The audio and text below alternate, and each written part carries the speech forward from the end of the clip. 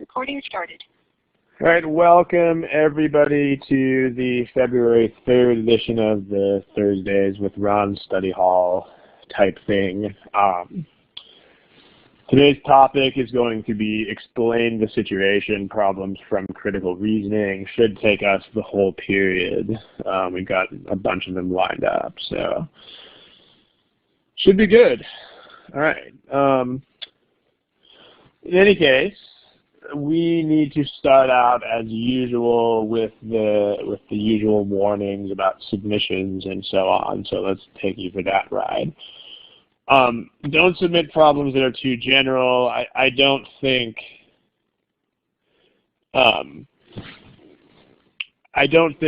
too mmany people did this past couple weeks, but please don't submit anything which is like all of geometry or all of solving problems faster. But this is the big thing that people are still doing right here.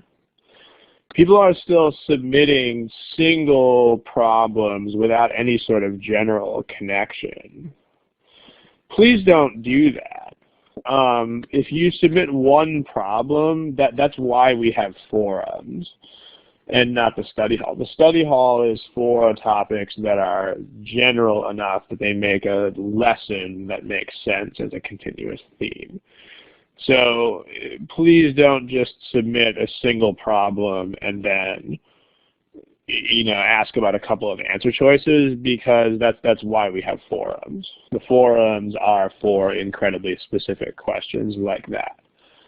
Also, personal issues. A couple of you are still submitting stuff like this. Here's my score, here's my goal score, what should I do, kind of thing. Remember, this is a study hall whose recording is watched by several hundred people. So not the kind of thing that we really want to spend time answering in front of several hundred people. We do have a place for answering such questions.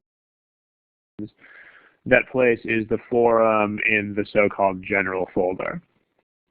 So we have a general folder, and if you're asking questions specifically about admissions, then we have a folder called Ask an Admissions Consultant. Good times. All right. Please submit problems that satisfy the following guidelines. Intermediate depth, meaning don't submit one problem, but don't be so broad that it's half the task. This is a good example. I need help on stats questions involving the median. One or two, actually 2 or 3 students in the last few weeks submitted this. Some of them gave a problem, but some of them just said, can you make a discussion of explain the situation type problems. That's a good level of breadth for this kind of thing. It's not so broad that it's ridiculous, like something like that. But it's also not 1 or 2 problems. It's a lesson. It's something that makes sense in that sort of level. So if you give me a specific problem, this is fine, as long as you tie it into a more general theme. So again, please don't just submit a problem as such. If you're going to submit a problem, this is fine, as long as you give me a source and as long as you ask some sort of generalized question that deals with it. And don't forget, you cannot submit problems from the official guide. Someone in the text box is asking, can you attend multiple sessions? Yes, you can. You can come as many times as you want.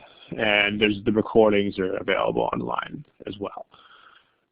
I mean, all of the previous, you probably know, if you don't know, you should. All of the previous sessions are recorded and they're available in the same place where you signed up for this one. Don't forget, we cannot take problems from the official guide. This is one of the biggest problems that with people's submissions. Every time we have lots of people submitting problems from the official guide. You can't do that. We can't do those because of copyright reasons. So this is a free study hall. It's public, so if we gave those questions away, we would be in copyright trouble. Also, there is an extensive archive of previous sessions. We have now had about 30 sessions of the study hall, give or take a couple. So that's a lot, which means that we have covered lots of stuff already. So In the last couple weeks, for instance, we got questions about percents, we got questions about sequence notation, we got questions about combinatorics. We've done full sessions on all three of those already. So percents we did on July 22nd, sequence notation we did on July 8th, and then combinatorics we did on December 3rd. So please look through this archive. It's on the same page as everything else, Thursdays with Ron. You just have to scroll down on the page. So if you Google Thursdays with Ron, this will be the first hit that you get. In the text box, someone's talking about tense sequence. This is not where you go to submit topics. You submit topics on this page. On the Thursdays with Ron page, there's a form where you submit the topic. Also, there's a lot of submissions. I mean, we get somewhere between like 50 and 70 submissions per session. So, you know, because there's hundreds of people watching this thing. So what that means is, unfortunately, most submissions we can't cover. So I have to kind of judiciously pick and choose among what we do receive. But remember that we have forums in which you can post these kinds of things. And I mean, if a question is posted in the forum, we will generally answer it within, at most, a week. Usually these days we're answering the questions faster than that. So, but Amr, if you put the question in the forum, we'll get to it soon. I actually don't even know what an infinitive perfect is. So maybe if you could give some examples in the forum, that would be good. All right. Okay, examples, we've shown these before, examples of what not to submit. Please do not submit extremely specific problems about one question. These belong in the forum. So, and if you do that, if you submit single questions, make sure that you give the source of the problem. For a couple of these, there's no source. For example, this person just wrote, I found this question on a practice test. Not good enough, we can't use it. You need to make sure that you tell us where you got it from. Even if it's a Manhattan GMAT problem, you still have to tell us that, because there are something like 3,000 Manhattan GMAT problems, and we don't know them all by memory. So please always tell us a source, even if it is ours. No questions that are too general. I mean, you know, these questions are nice, but there's no way that we can reasonably answer them. Well, we can't answer a question like, can you explain what the OG does not? We can't answer a question like, how do I solve critical reasoning quickly? I mean, these are entire sections of the test, and this right here is basically the entire test. And then, again, personal study plans or advice, put them in the general folder. So if your question is like this, that goes in the general folder. Finally, again, no OG questions. All right. Any questions, put them in the text box. Otherwise, we're going to go ahead and get started on the explain the situation type problems. Okay, let's go ahead and get started. Before we show a particular problem of this type, I want to introduce the type of question in general. Explain the situation problems.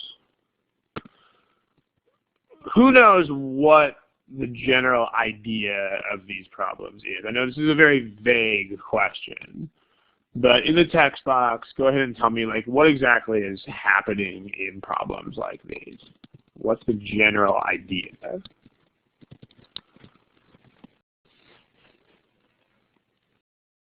Okay, an apparent discrepancy, that's true. And what does this mean? What's a paradox? What's a discrepancy? What does that mean in normal terms, in terms that are not so fancy?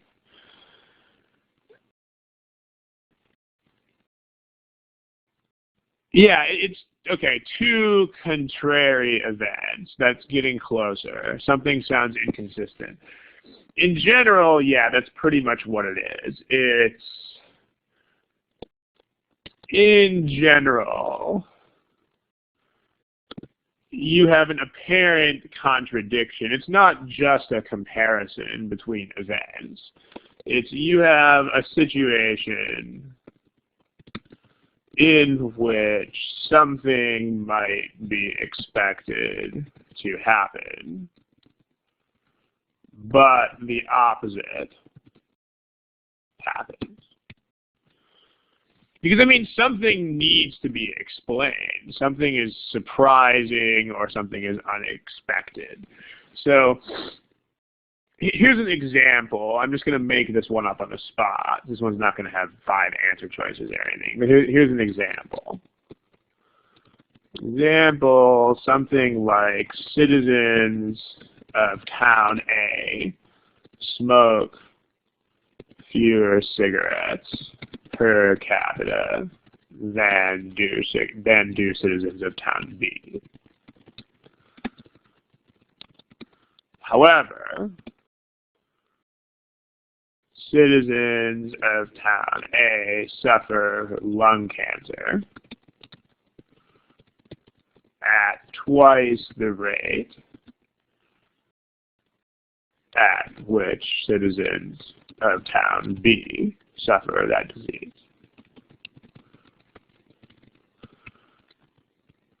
So let's talk about explain the surprising result.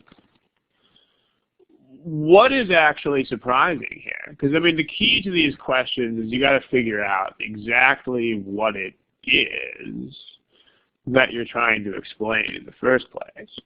So the key to these questions, unlike most other critical reasoning questions, we're not really being told exactly what they want us to do. So the key here is to realize what this means. What specifically does this mean?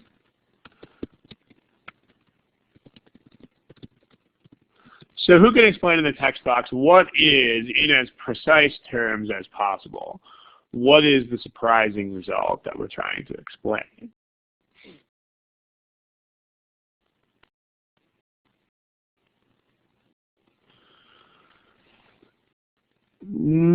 Okay, someone's writing about population.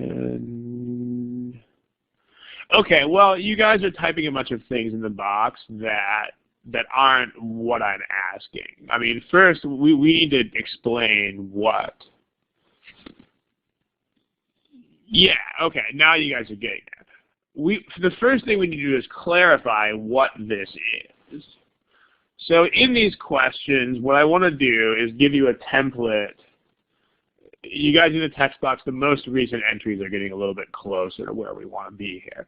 What I want to do is give you a template that you can fill in that will help you understand exactly what it is that you're supposed to do here. Here's a template for these problems.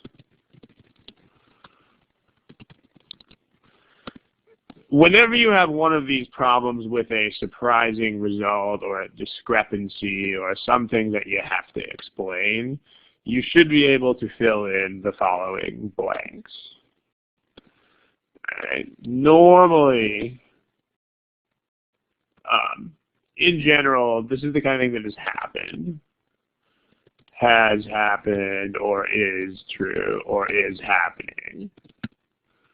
Normally, this would mean blank, but this time, blank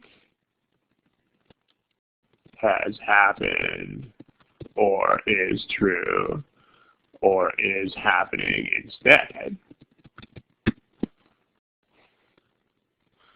So this is what we need to explain. I mean, if you can fill in these 3 blanks, then I think you got a pretty good idea of what it is that needs to be explained.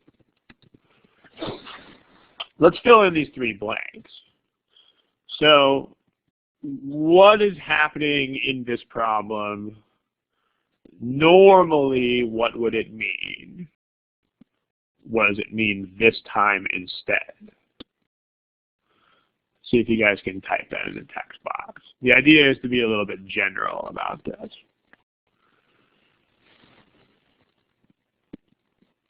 Yeah, so the normally box is you would have less lung cancer, but let's start out from the first box. Blank has happened. You have a difference in smoking rates. Normally, a difference in smoking rates would mean more smoking would go with more cancer. However, this time it's the opposite. This time there's more cancer in the town with less smoking. Okay, this is precisely what needs to be explained. And so there's a lot of things that you're going to be able to rule out that seem, tangentially relevant, but aren't. Because what we need, what explains more cancer as a rate, not number of cases? So the population, for example, is irrelevant because it's a rate issue. It's not a total number of cases. In a town with less smoking. So you just need something that would explain the fact that there is more cancer. That is not cigarettes, because we know from the passage that it is not cigarettes that would explain this. So we need something else that might be causing cancer. So someone who is here under an email address, gokiyata@yahoo, said this pretty well. So what are some things that might be correct answers to a problem like this one? Text box. Like what could be a correct answer here? There are a billion ways that you could do this. Okay, yeah, you could have chemical factories. Possible answers. Nuclear radiation, probably not going to cause lung cancer. That's going to cause a host of other problems, but probably not lung cancer. Okay, yeah, it could be smoking something different. Could be air pollution. Could be lots of, it could be occupational hazards, like if you have lots of miners working in the town. Could be maybe they don't smoke cigarettes, smoke things other than cigarettes, etc. So things like factories and stuff, those fall under the idea of air pollution. So these are the kinds of things that would be correct answers to this problem. Genetic predisposition could work if you had if you were told that that was true in town A, for example, but not town B. Probably not as likely as the other cases we've seen mentioned here, because it's unlikely that you'd have a genetic predisposition in one town. But could be. I mean, if they gave you that information, it would work. All right, smiley face, if you guys understand the way this kind of thing works. Also, I hope you appreciate that it's a lot easier to answer this question if you have actually filled in these blanks. In other words, when I say smiley face, by the way, I'm generally talking about the button that's over there. There's a button that's next to the list of names that you see. There should be there should be another face next to it and a hand, a couple of hands. All right, so this is the primary challenge. The primary challenge, unlike other critical reasoning questions, is to interpret what the question is actually asking you.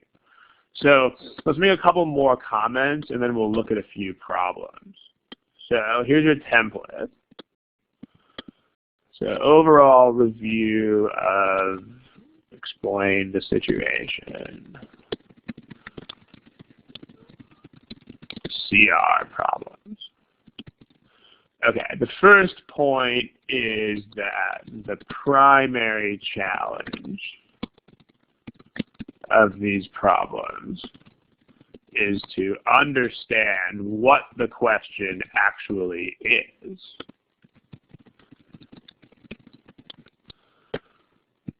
And in order to understand the question, the following template that we've just seen, the following template helps in understanding the question. And that's this thing. All right, let's talk about scope. What do you guys think? Do you think that the correct answer to these questions be, will it be A, outside the scope of the passage, B, sometimes inside and sometimes outside the scope of the passage, or C, always inside the scope of the passage? If any of you don't know what the scope of the passage means, the scope of the passage is basically the boundaries of what's there. Like the topics mentioned, so. Okay, what do you guys think? Tell me in the text box. Right now we seem to have almost equal quantities of all three answers. So we got some learning to do here. Okay. Somebody is saying A whole lot of times. Everybody else is giving their opinion once. It can't be more than one of these letters, Dinesh. Either A, B, or C. Okay, let's talk about it. The short answer is it's A. All right, let's talk about why real quick. Here's our example. I mean, the whole point here is that the result is surprising. I mean, what does surprising mean? Well, if you think about it, the only reasonable meaning of surprising is that it's not explained in the passage. That's what surprising means. The result isn't explained within the passage. That's what it means that it's surprising. So, I mean, because if my passage said, for instance, citizens of town A smoke fewer cigarettes per capita than do citizens of town B. However, because citizens of town A breathe the fumes of a chemical plant, they suffer from lung cancer at twice the rate. If I gave you that kind of information in the passage, then there would be nothing to explain. I mean, the passage would already be explaining everything. So the whole point of an explain the situation problem is that it's not there. The explanation is not given to you. It's the whole point. You have to introduce outside information because it's a surprising result. As soon as you add the correct answer, it's not a surprising result anymore because now you have the explanation. So point 2 is that the correct answer will always be outside the scope of the passage in at least some way. I mean, it can include some elements that are in the scope of the passage. It does have to be relevant. But it also has to be new. It has to be a new piece of information, always, always. It cannot be something that is currently contained in the passage. So, smiley face if point 2 makes sense, because it's very important. Like there are not a lot of automatic eliminations on these problems, but in scope statements you can eliminate. Like if something is completely inside the scope of the passage, then it's wrong, because it's not going to explain any sort of surprising result. Again, look at our example here. I mean, these 3 things are completely outside the scope of the passage, but they are all correct answers. The scope of the passage is just quantity of cigarettes smoked, rates of lung cancer, and town A and town B. That's the entire scope of the passage. So in order to make this make sense, you're definitely going to have more information than that. All right, here's your two major points here. Again, there are not a lot of automatic eliminations, but if you see a choice that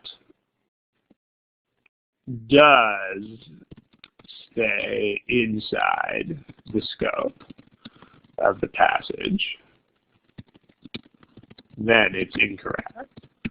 I mean, it's unlikely that choices will do that. I mean, most of the time they do give you outside facts, but if they ever did repeat stuff that was in the passage, then it's not correct.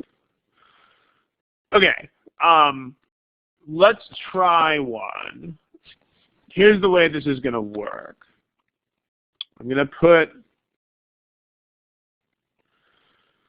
the question in the box, what if you have two answer choices that sound like they explain it? I mean, the only way to really answer that is that one of them will and one of them won't. So if you think that you have two that do, it means that you probably haven't defined what's in these blanks exactly enough.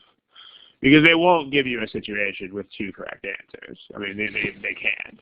So if there are two such answer choices, then that's not a them problem, that's a you problem.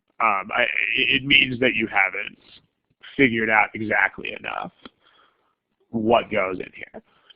So, but it's a work in progress. I mean, it just means that you need to be more exact, perhaps, than you have been. All right, here's the story. When you answer these questions, if you have been to these study halls before, you are gonna, this is not anything new, but you should see the following on your board. It should be up there on the top left. The top left of your window, you should see the following type of thing going on. These things here, these A, B, C, D, E, this is what you should use to answer the questions. Okay, please do not answer questions in the text box. We don't want the public to see the answers. We just want to see.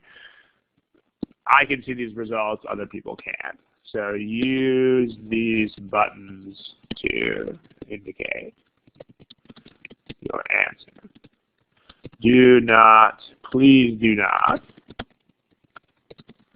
indicate your answer in the text box. All right, if you're ready to start looking at some problems, give me the smiley face.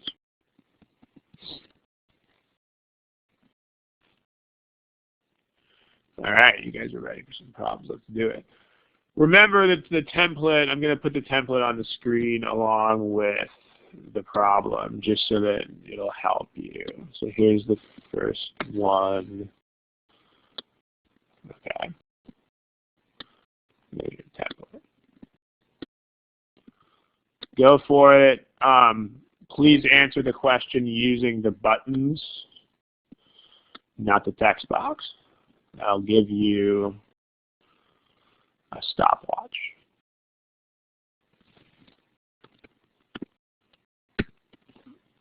Go for it.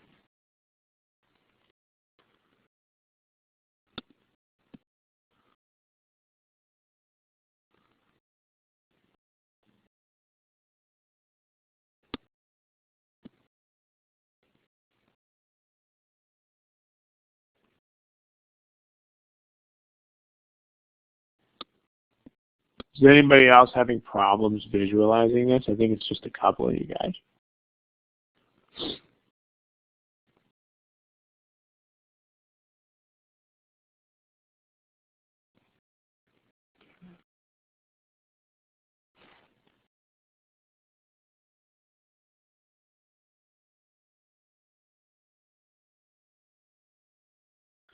Okay, a lot of you don't have answers yet, so try to pick one in the next 15 to 30 seconds, please.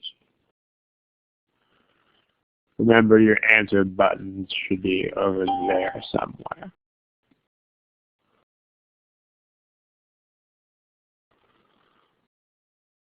Okay, we're still waiting. Remember, this is the GMAT. I mean, I can't really force you guys to answer the questions here, but remember, it's the GMAT. You cannot not answer a question. Like you have to give some kind of answer. So there's still 3 or 4 of you who don't have answers. Yeah, you just click it once. If you click it again, it'll stay. But okay. Amr, Dinesh, Esha, you guys don't have answers, and Jason. Okay, here are your results. Remember, if you're not answering the question by this point, that's a big liability in terms of timing. But here are the population results here. There's 3 people who didn't answer. There's 5 shown here, but one of them is me and one of them is having tech problems. So if you're one of the 3 people who didn't answer the question, make sure that you answer the questions when you take the real test. Okay, let's talk about this. What is happening that would normally mean something else, but this time means something weird? So what goes in this blank and this blank? Let's fill those in. Text box, please. Normally, well, we're not there yet. I mean, right now, let's go with what would normally happen. Okay, you've got a government restriction, more specifically than that. What's happening is you have a price freeze. Yeah, prohibited raising of prices. So, prohibition on price increases is what has happened. Okay, now what you have to do on these problems is you have to use your sort of real world sense of things to figure out what goes in the second blank. Because the only blanks that the passage will fill in for you is the first blank and the third blank. Okay, the passage will not tell you what normally happens. You have to use a sort of sense of what happens out there in the big, bad, real world to figure that out. So, like what would normally happen if you prohibit price increases, because you have a constant use of prescription drugs, what would normally happen is that your expenditure would not increase.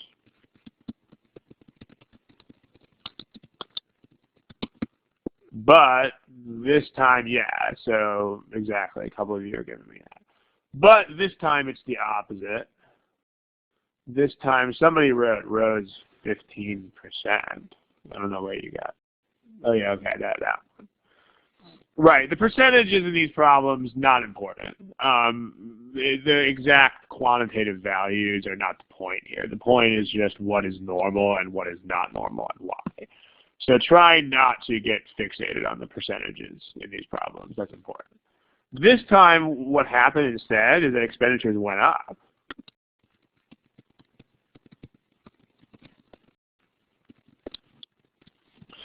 So what we need, I mean, we need an explanation for this.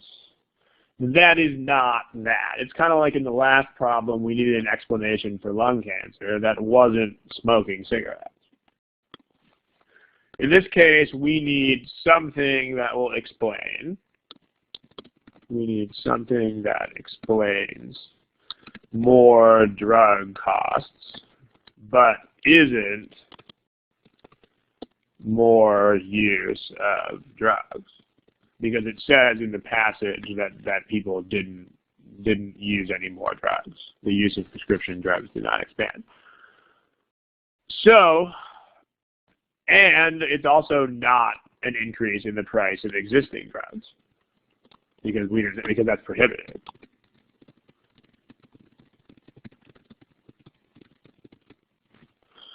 So, I mean, anything that will explain that. I mean, you may not be able to predict it, because there's lots of ways that you could do this. For instance, if there was more taxes on these things, that would do it too. But that's not an answer choice. But if you look at choice A, drug manufacturers concentrated on producing new medications to replace existing products. So this is something that would explain the increased cost, because these things are not, these are new drugs, so these are allowed to cost more than the existing drugs. So these are allowed to cost more. This is something that can account for this issue. Notice it's just can. It's not a have to. This is not an issue of trying to prove things. That's a different question. Right now you're just looking for something that could explain things, doesn't necessarily have to. Other answer choices that people picked, the population rose steadily. This is all per capita, so the population doesn't make any difference. Because if we're doing things per capita, then the population size is irrelevant. So this is the stats per capita.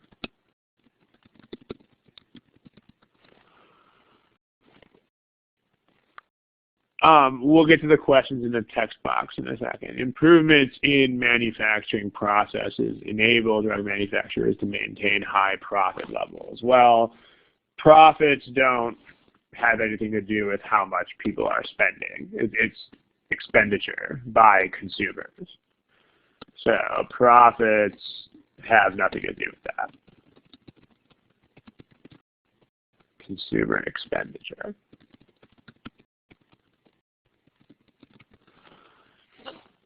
This one, in addition to imposing a price freeze, the government encouraged doctors to prescribe generics.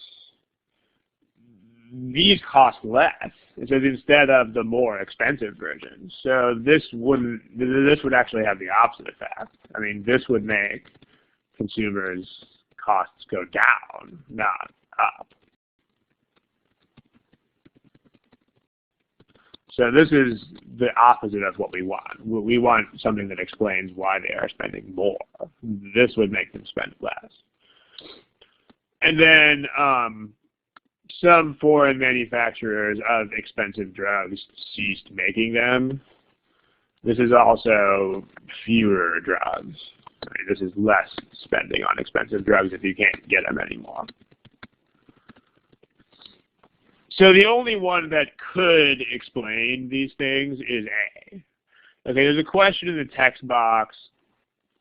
I mean, again, the explanation in short is we need something that would allow the drug costs to increase, because people are not taking any more drugs, and the price of the drugs that are around can't go up. So no, it says they prohibited drug manufacturers from raising the prices of their products. But if you introduce a new product and it costs more, that's not raising a price. Raising a price means you raise. It means you take something that you already sell and you increase its price. So it's not a ceiling on the price of anything. It's just you can't raise the price of a product. So there you go. There's a question in the box. I have to assume that, yeah, I mean, okay. When you do these things, you will have to make some additional assumptions. This is a good point. Gaurav says, I will have to assume that the new medicines cost more than the existing products. This is true. Okay, this is an important point to note. So let me put this back on this page here. Point 3, these are not like mathematical logic proof problems. Okay, if you are expecting these to be X, if X then Y, Y kind of things, you're never going to solve any of them. Okay, you will have to make reasonable assumptions to make the connection required. So, for example, in this problem, if we say, you know, there's air pollution, then we're allowed to assume that that air pollution can cause lung cancer. Because remember, the question is which of the following could explain. I mean, it's not rigorous logical proof. So, yeah, you're basically thinking like a real world person. Okay, do not think like a logician or a mathematician or anything like this. You know, do not use formal logic. Do not do Boolean. Like, do not put these problems through a NAND gate if you know what that is. Don't do it. No formal logic. Instead, just think like a real world person, including the assumptions that such people would make on the street.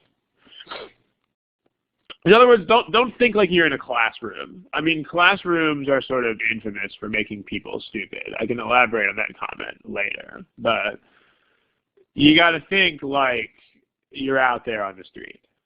So, I mean, this is something that could work if they charged more for the new drugs, and none of the other ones could explain it. So the way Pete says, the answers don't have to be definite, they're just could help. That's correct. That's a good way of summarizing it. Okay, other questions about this problem? Otherwise, we'll do another one. C. C is just about profits. I mean, C has nothing to do with how much consumers are paying. So you're trying to explain why per capita expenditure means how much people are paying for the drug. It doesn't have anything to do with profit. It has to do with the cost paid.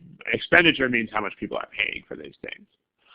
So whether the manufacturer's profits has nothing to do with why consumers' expenditures have gone up. Yeah, other questions? If not, we'll move on to another one.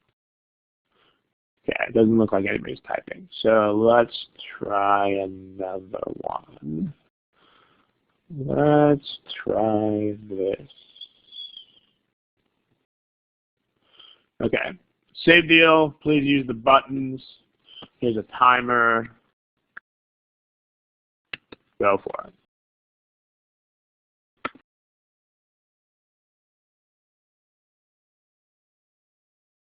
Okay, that's your 2-minute timer, so please try to pick an answer of some kind in the next 10 seconds or so.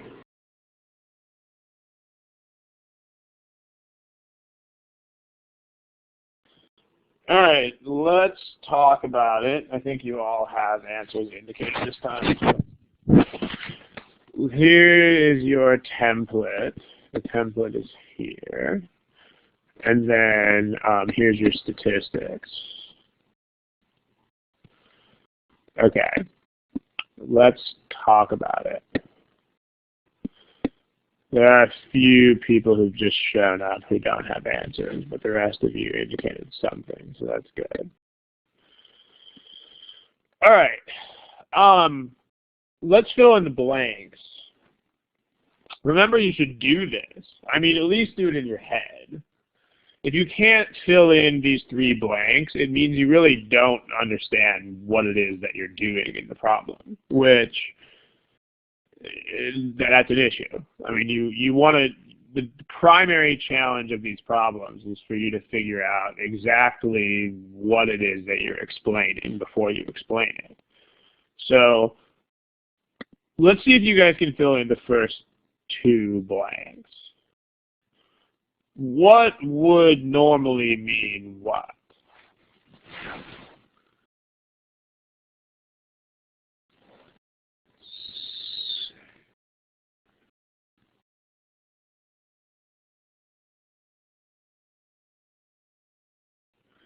Sales revenue from Denoma models went up.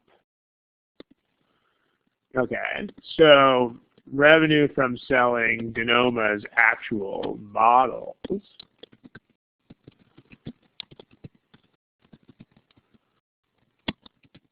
went up. But the overall sales for the whole Denoma company went down.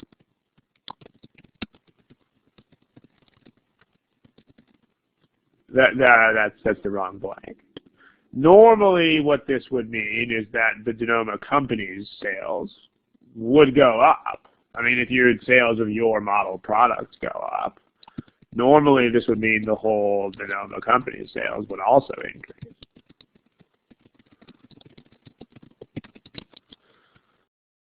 However, what is happening this time is that the whole Denoma company sales decreased instead. So this is, ladies and gentlemen, this is what we have to explain. We need something that would explain. We need something that would make the overall company sales go down, even though their models sold more. Besides the company models. So, I mean, this is what we need. We just need something else that the company sells that went down, because it's not their models. We know that they sold more of their models. So, question in the text box says, why wouldn't you put the info in the first sentence? Because you have to use your logic to figure out which one is causing what. So, like, for instance, in this problem with the cigarettes, even if I switched these sentences around, it wouldn't affect what goes in which blank. Like if I say citizens of town A have lung cancer at twice the rate of town B, this is surprising because people in town A smoke less. I would still put the smoking in the first blank. And the reason why is because you have to use, your normal intuition to figure this out. But you have to use which one is the thing that would cause which one. Like, cancer rates don't cause smoking. It's smoking that causes cancer. So when you say this would normally mean this, that's the order you want to do this in. Like, this would normally result in that, but this time the result was this. So basically, it's cause up here and effects over here. So that's kind of the deal. So in this problem, you do have to figure out what is cause and what is effect. This is a result. This is the overall company sales, which results from things like sales of their models.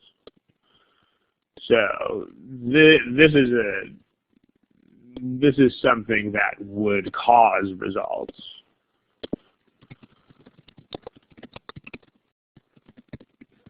Even though it's mentioned later in the passage. And this, by contrast, is a result. So that's the deal.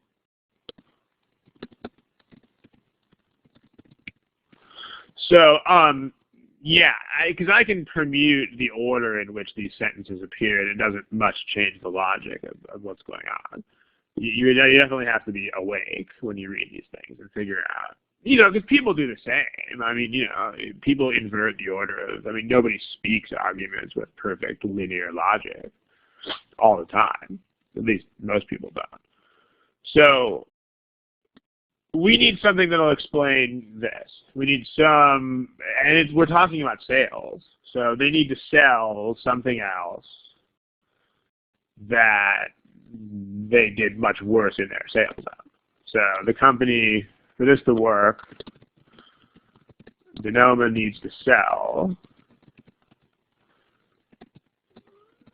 something else besides their models. Besides its own model. And that's where the decrease comes from. So the only thing here that works with that is choice C. C means that they get, this is something else that they do. They also make money from putting pieces in other companies' models. So this could actually explain this overall sales decrease, because if they sold more of their own models, but they suffered a big enough hit in the other companies' models that contain their components, then overall they could sustain a loss of revenue.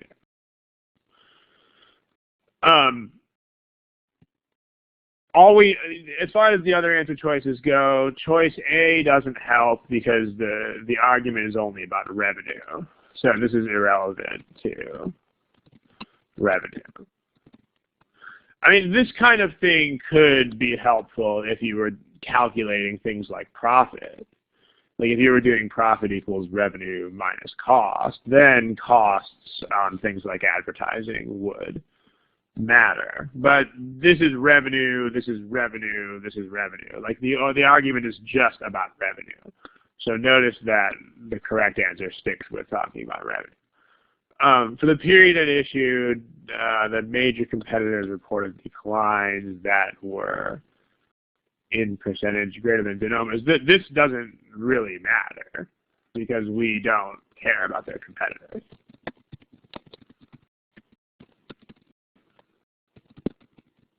Like, well, we're only trying to explain what happened with Denoma. So if their competitors also had declines in revenue, this doesn't help to explain why they did. D, nobody picked. Oh, these questions are from gmatprep. So each question we're going to see today is from the gmatprep practice tests. Nobody picked D, so we can skip that. During the period, electronics retailers sold remaining units at prices. But see, okay, the reason why this doesn't help is because this is included in this figure that's here. Their sales revenue from Denoma models actually went up. So that's the reason why E doesn't help, is because this is still a component of the overall sales revenue that increased. So we know that despite this statement, sales of Denoma models are not the issue. Because, I mean, this would, I mean, if this were the explanation, then this would make the sales of Denoma's models go down. And that didn't happen. If you look at what happens here. So this must not have been a big enough effect to make this red thing false. Like we need to, if you look at these three blanks, it should be clear that we need something that is not Denoma models to explain this trend. Because if you look at overall Denoma models, you've got an increase. But overall sales, you've got a decrease. Sales around the portion of the sentence. Jennifer says the portion of the sentence that says overall sales were lower than the previous year. Yeah, I mean, because that's not what the discrepancy is. I mean, again, if you think about what fits in these three blanks, like what is normal under what circumstance versus what needs to be explained, the overall sales are not so much the issue, but the issue is that this is happening with Denoma and this is happening with Denoma. And sometimes you'll have this situation where you have to filter out things that are relevant from things that are not relevant. You will definitely have that. Well, okay, E we just finished talking about. E is irrelevant because it is already covered under this larger category. I mean, E is included in this red statement. So that's within the scope of the passage. That's that's the problem with E. It's something that's already covered. This is still sales of de novo models. So this is in scope. This is not new information, so it can't resolve the discrepancy.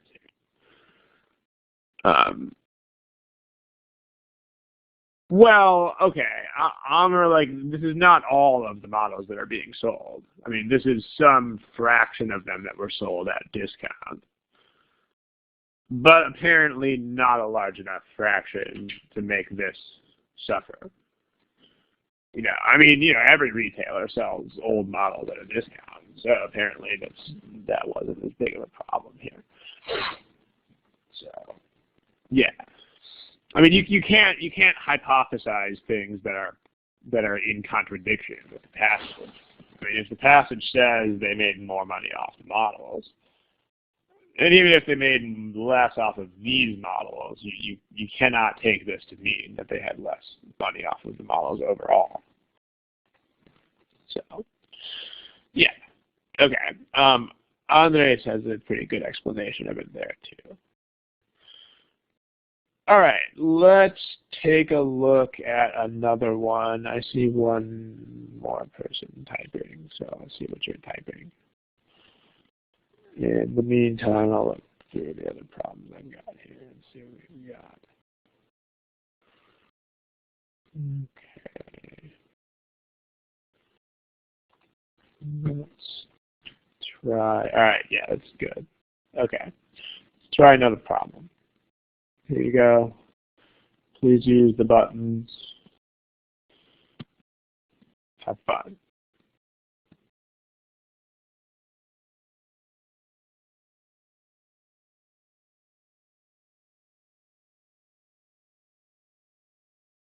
All right, let's pick something in the next few seconds, please. Next 10, 15 seconds, please pick something.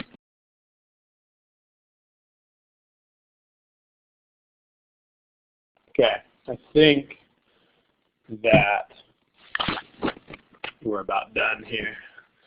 Looks like the class is doing a lot better on this one, so this is good news. We can probably get through it sort of quickly. Here are the results. This time, overwhelmingly, class picked the correct answer, but let's quickly review. In this case, you've got these adult dolphins who are in the feeding program at the beach. So the adult dolphins in the program live longer, yeah, so this is a good RE in the text box. The adults in the program live longer, which normally would be taken to mean that the babies, the next generation of dolphins in the program would also live longer. But for some reason, the next generation has a lower life expectancy. So, and you need to explain why that is true. So, all right, in other words, we need some reason why the babies, why the next generation doesn't live as long. And we need a reason that doesn't affect the adults. That's the big deal here, because the adults live for a longer time. So a reason that doesn't affect the adults. So something that is a difference between the child dolphins and the adult dolphins. So this one, sharks don't, this doesn't distinguish between adult, like this would affect both generations of dolphins equally. This doesn't explain anything about why their offspring would live less time. This is an equal thing, so according to this, everything should be the same. Many dolphins that feed the beach come only to the beach a few times a month. Again, no difference between generations here. I mean, you got both generations doing the same thing. And then this one, adult dolphins spend less time teaching their offspring how to catch fish than other dolphins do. So this is it, because this is not a problem for the adults. They know how to do it. But this means that the offspring are going to be worse at catching food. That's a problem that doesn't affect the adult generation. The offspring will be worse at catching food. So, all in all, that means that the younger dolphins have the lower life expectancy because they won't get as much food. All right. Pete says, weight adult dolphins versus child dolphins, or exclusive wild offspring versus feed offspring. Well, it's the things that are in the box. I mean, the discrepancy that's given in the passage is not a discrepancy between wild and beach food. The discrepancy that needs to be explained, like the only thing that makes sense in these blanks in this passage, is this difference where the adults are living for a very long time, but their kids are not. That's the discrepancy. I mean, also, they're telling you in the problem that that's what you need to explain. So, I mean, sometimes they will give you these hints, sometimes they will not. Like, sometimes they will just say, like in the last problem, they weren't this nice to you. Here's the last problem. The last problem, they just say the surprising result. So it's up to you to figure out what that result is. On the other hand,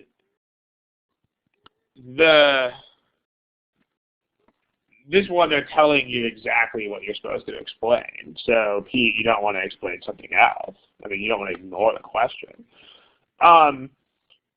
Jasmine says there's no info that says the offspring must feed in the wild. Okay, there's two responses to that, both of which are valuable. So let me tell you what those are. The first response is this. This is not a must question, okay? None of these questions are must. If you are thinking must, you will not get any of them correct. So, do not use formal logic. No must.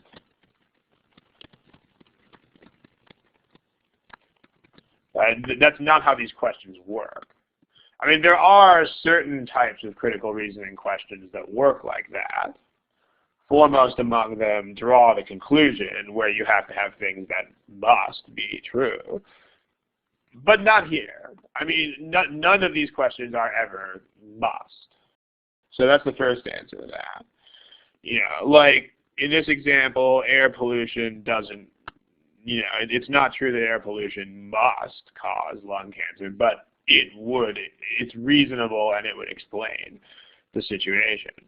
In this, no, it's not true, Andres. In some question types there is. In draw the conclusion questions, there is formal logic. It's totally dependent on the question type.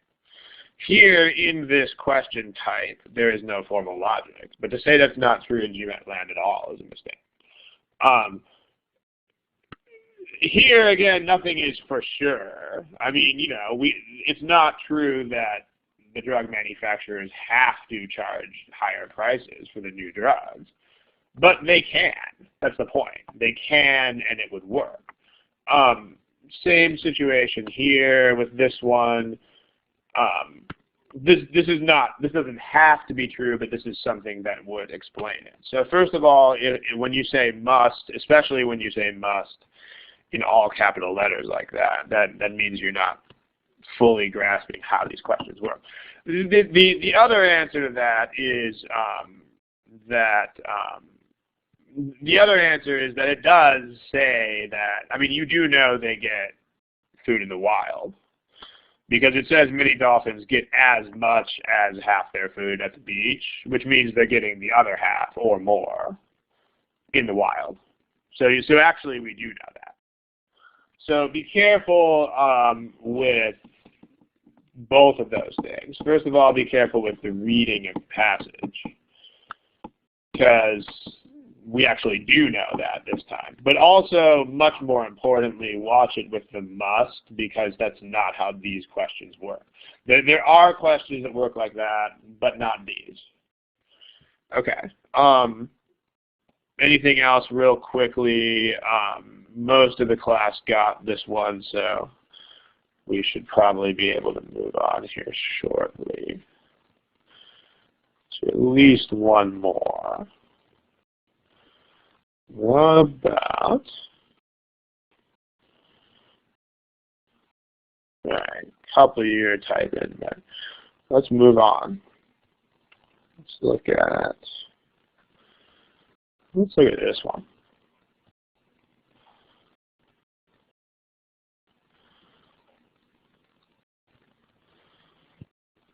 There you go. Wildflower in Martin's Cafe. 2 minutes, go to town, have fun.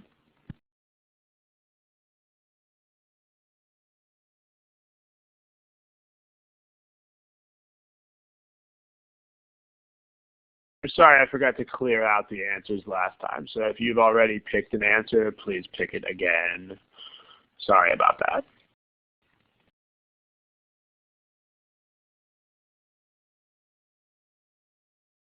All right, let's answer this in the next 10 seconds or so.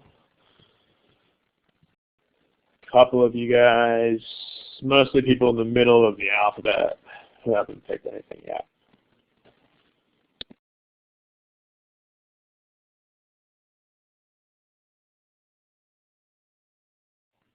Okay, we've got Praneeth, Sarah, Sam, Krishna, Jason, Jasmine. Remember, it's GMAT, you got to pick something. So, pick something.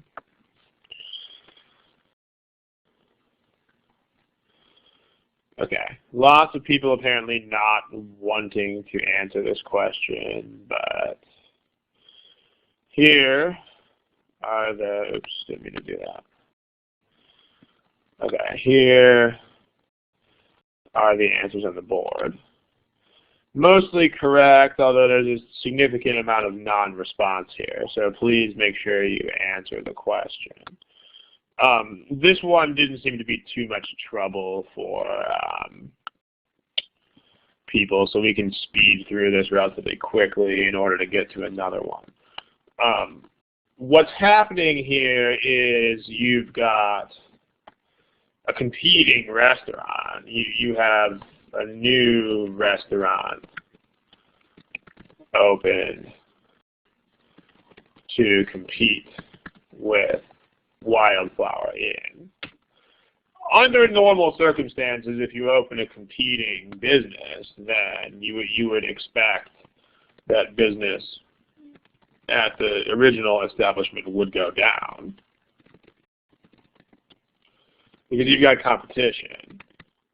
However, something is increasing the business at the Wildflower Inn. So we need something that explains this. I mean, we need some explanation. We need some way in which a competing restaurant increased business at the Wildflower Inn. So, you know, they just got to help each other out in some way. So we need an answer choice that is like there's some sort of positive spin-off effect. So this one, weekdays and weekends doesn't, I mean, it doesn't have anything to do with anything. So this doesn't help. This one, most of the customers of the new one had never dined in town, and they don't all get to eat there. I mean, they have to go somewhere, and they get turned away. More customers than it can eat. So then it can seed. So we have excess customers. You have excess customers who are new in town. Again, this is not a must type situation. I mean, it's certainly possible that all of these people will just go home. But that's not how these questions work. It's not a must type of thing. It's, could this explain the increased business at the other restaurant? Well, yeah, sure it could.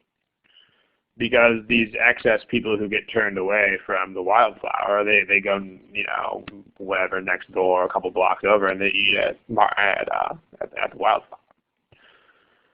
Profit per meal's got nothing to do with how many people are eating there, so that doesn't work. Wildflower Inn is not open on Sundays. So that has nothing to do with more business at the Wildflower Inn. If anything, this would be less business there. And then we don't care who's working at these places because that doesn't have anything to do with it.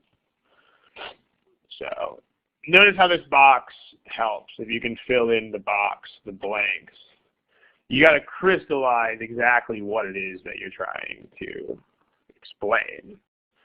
If you can do that, then you're going to be good. We got one more. Let's take a look. Let's do this one.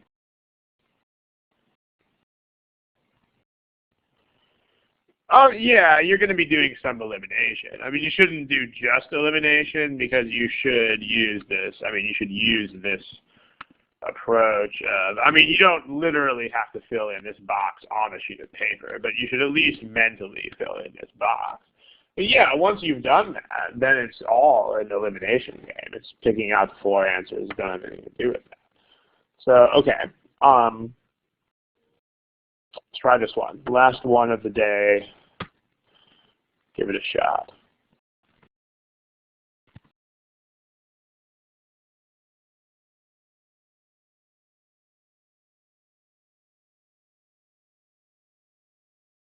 Question on the board of, can there be an accept question? I mean, yeah, you can have an accept question for anything. You know, because it's not a fundamentally, an accept question is not a fundamentally different question type. I mean, it's the same thing. Only instead of 1 answer working and 4 answers not working, you have 4 answers that do work and 1 answer that doesn't. But it's not different. I mean, it's just, for example, yeah, you totally could. Like in this problem right here, the smoking one, lung cancer one. Yeah, sure. All of these would explain the result except blah blah blah blah blah blah, and then this would explain it, so it would be a wrong answer, and this would explain it, so it's a wrong answer, and this would also be a wrong answer. Yeah, sure. You could totally have that. It's not, those problems are not fundamentally different from other problems. I mean, except questions are, you know, it's the format, but the technique's not any different. So here's your statistics. Overwhelmingly correct. So a nice note to go out on. Let's take a look at it. What goes in this box? Well, I mean, you painted these edge markings on all of its roads. Edge markings were painted on the roads. So normally this would mean that the accident rate should decrease on these roads. But there were more accidents.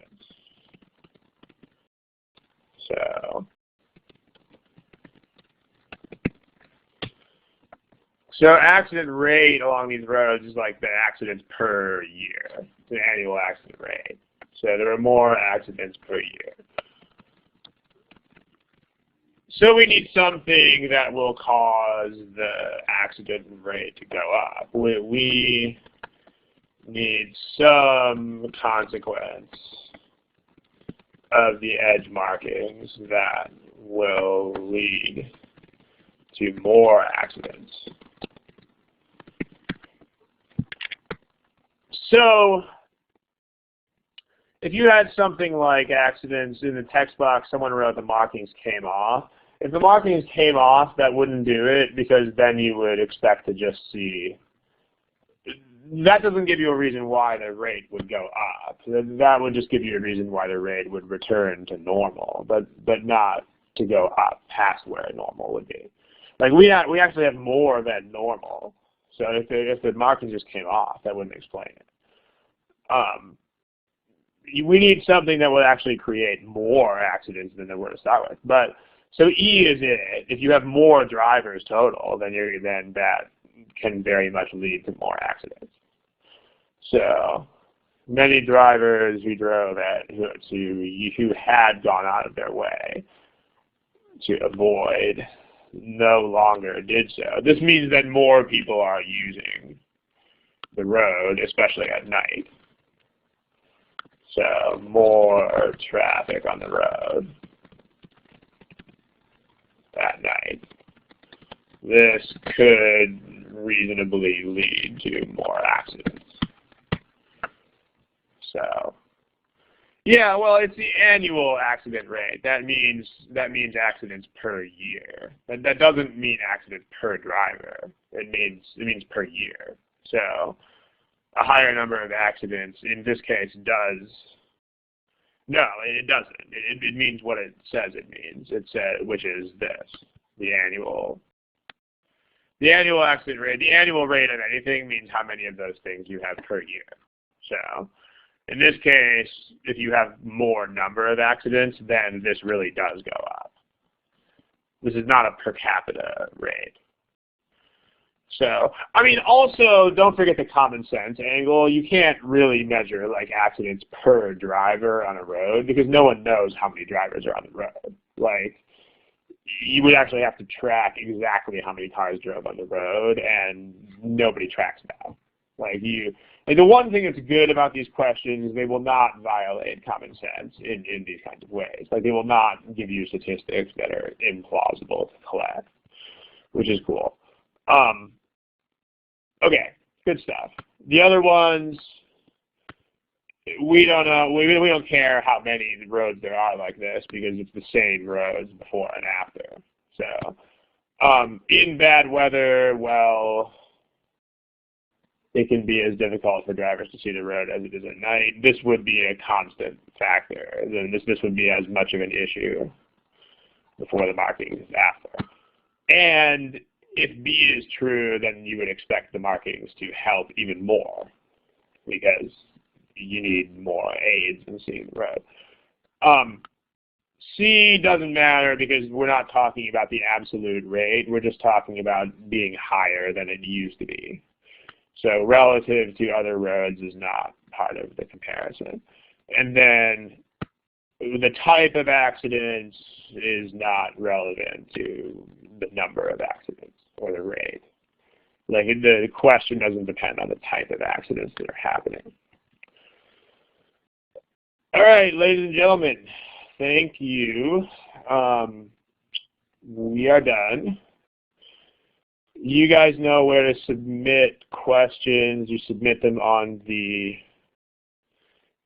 okay, that's a good question. Deep says, question related to all CR types. Do you suggest to read the question first? Yeah, absolutely yes. I mean, there's no... I know that there is a book out there. I'm not supposed to mention particular names of books, but I think we all know. There is a book out there that says that you should read the passage before you read the question, and that is the worst advice in the world that anybody could ever possibly give. Like, that's just horrendous. Because, yeah, you've got to read the question first. Because, I mean, remember that every question type is different. So you're not going to know how to read the passage until you read the question. It's a very important concept.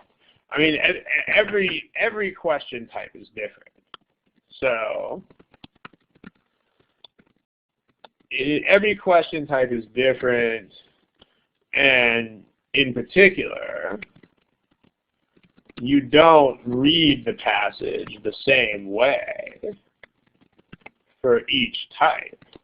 Like when you read these explain the situation type questions, what you're looking for is you're looking for this. No, the question. The question is this. There's never more than one question. Not answer choices. Question. That. The thing that's in red. Because you won't know how to read the passage until you see this. So, for example, on this problem, this is all of these today. These are all explain the situation type questions. So you know that what you're looking for is this. So this is how you read the passage. You read the passage looking for what is normal, what is not normal, what would we expect, what happened. If it's like a different kind of passage, you don't read it like that. Like if this said, which of the following assumptions, you know, then you don't read the passage the same way. So if you read the passage first, you don't have those guidelines. You don't have those tips as to what matters and what doesn't matter. So, yeah, that book, again, I'm not supposed to name names. A lot of what is in that book is valuable. It's not a bad book overall. But I don't know what they were thinking with saying that. This is terrible. Like, you've got to read the question part first so that you know how to read the passage. That's the idea. Also, there's a sub point here, which is, no, it doesn't apply to RC. RC, you're going to browse the passage first. There's a sub point here that also needs to be understood, which is that you need to make sure that you are reading the passages differently for the different question types. Like if you read an assumption passage the same way that you read one of these, then that's a problem. So that means you don't really grasp the differences between the problem types, and that's going to have poor effects on your result.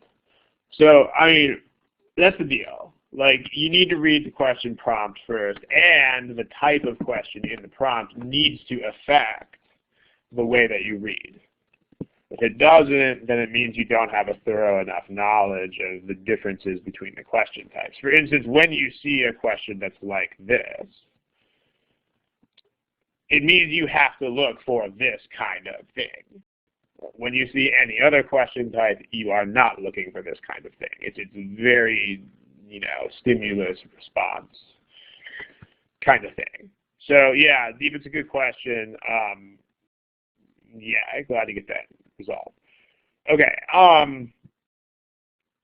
right. So I need to go. Sentence correction questions. That doesn't really have to do with today's lesson. So now is not really the time for that. All right. If you look at the November 18th study hall recording, then you will see some general advice on how to study sentence correction.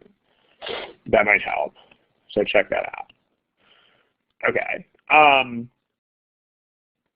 Next session, I don't know what's in these sessions until literally about 3 hours before the session, so because they're based on submission. I've said this in previous sessions before. If you are worried about difficulty level when you study verbal, then you have the wrong priorities. Like, the so-called difficulty level of verbal problems does not matter at all to people studying for the test. If it does matter to you, then the priorities aren't where they should be. Your priorities should just be, how do I answer each question type, technique. Anything you learn is going to transfer from questions of any imaginable difficulty to questions of any other. So it's irrelevant. Okay. All right, so the next session should be on the 17th. I I pick them from the submissions along with other topics that I have on my own agenda. So submit according to the guidelines, and that's it. All right, let's wrap it up. If you have any questions that are like direct MGMAT business or something like that, go ahead, fire away. Otherwise, I will log you out in about 20 or 30 seconds. Have a good night. Good night and good luck. I'm going to go ahead and kill the recording and take it easy.